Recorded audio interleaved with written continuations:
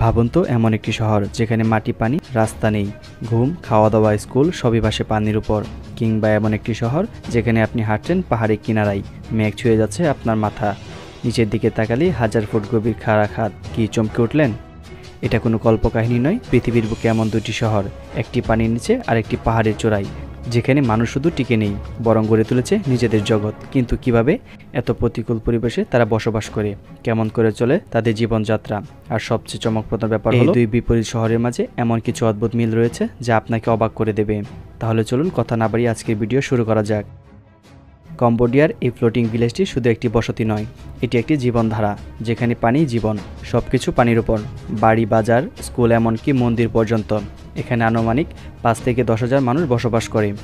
এখানে নির্দিষ্ট জমির আয়তন নেই, কারণ গ্রামটি পানি স্তরের উপর নির্ভর করে স্থানান্তরিত হয়। বর্ষায় এটি অনেক বিস্তৃত, আবার শুষ্ক মৌসুমে কমে যায়।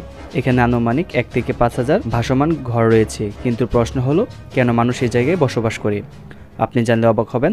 বহু বছর আগে একদল জেলে মাছ ধরতে আসে, তারপর থেকে আর তারা ফিরে যেতে পারে না। তখন থেকে তারা এখানে এমনভাবে শত শত বছর ধরে এই অঞ্চলে মানুষ মাছ ধরাকে তাদের জীবনের মূল উৎস হিসেবে বেছে নিয়েছে। পানি তাদের জন্য সমস্যা নয়, বরং এটি আশীর্বাদ। তারা প্রযুক্তি থেকে পিছিয়ে থাকলেও জীবন বাঁচাতে তাদের জ্ঞান ও অভিজ্ঞতা আধুনিকতার চেয়েও এগিয়ে। এটি জলের শহর, যা স্থির নয় কিন্তু স্থায়ী। এবার চলুন 1000 কিলোমিটার দূরে ইরাকের উত্তরে একটি শহর। এই শহর থেকে মনে হয় আকাশ খুবই কাছে। কল্পনা করুন, মেঘ আপনাকে ছুঁয়ে দিচ্ছে চারপাশ দিয়ে। এমন একটি শহরে আপনি। এই শহরের চারপাশে পাহাড়, নিচে গভীর গিরিখাত, আর মাঝখানে দাঁড়িয়ে আছে এক টুকরো ইতিহাস। একটা শহর যেখানে আকাশের কাছাকাছি, যেখানে সূর্য ওঠে একদম চোখের সামনে, আর সন্ধ্যায় মেঘ নামে মানুষের উঠোনে।